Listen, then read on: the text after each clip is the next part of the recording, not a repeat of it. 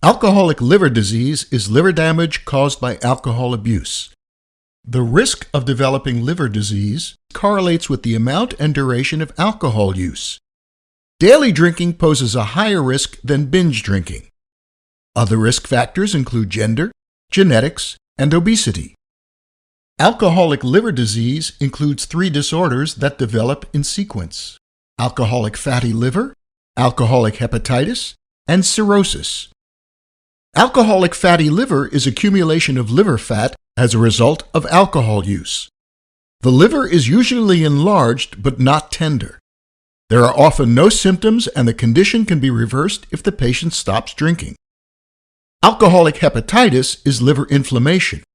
Symptoms can range from mild to severe and may include fever, fatigue, jaundice, and a tender, painful, and enlarged liver. Cirrhosis is when a large amount of hepatic tissue is permanently replaced with non-functional scar tissue, known as fibrosis.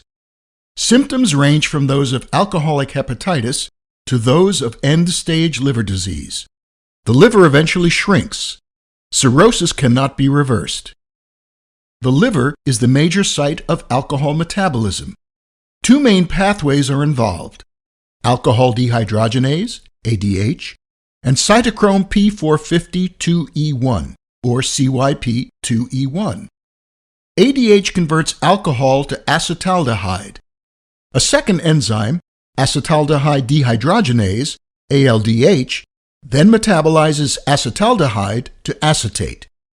People who have low levels of ALDH are more susceptible to toxic effects of acetaldehyde. Both of these reactions convert NAD+ to NADH. An increased NADH to NAD+ ratio promotes fatty liver by inhibiting fatty acid oxidation and stimulating fatty acid synthesis. In addition, acetaldehyde also promotes production of enzymes involved in fatty acid synthesis and inhibits expression of enzymes implicated in fat oxidation. Alcohol use has been shown to reduce export of fat from the liver. All these events lead to fat accumulation in hepatic cells. Chronic alcohol use upregulates the CYP2E1 pathway. This pathway generates harmful reactive oxygen species, which can damage proteins and DNA. The effect is exaggerated in patients who are deficient in antioxidants due to malnutrition. Chronic alcohol exposure also activates hepatic macrophages, triggering inflammation. In addition, acetaldehyde can bind to cellular proteins, forming so-called adducts that are seen as foreign antigens by the immune system, provoking the body's inflammatory attacks.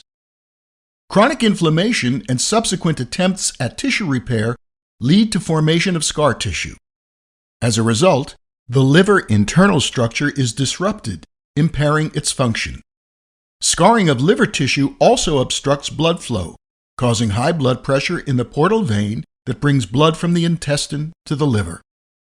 As liver functions decline, toxins that are normally removed by the liver can now reach the general circulation and pass into the brain, producing symptoms such as confusion, drowsiness, tremor, or even coma, in a condition known as hepatic encephalopathy.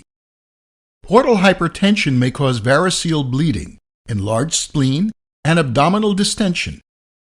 Diagnosis is usually based on signs of liver dysfunction, other symptoms related to alcohol use, history of heavy drinking, liver function tests, and complete blood count.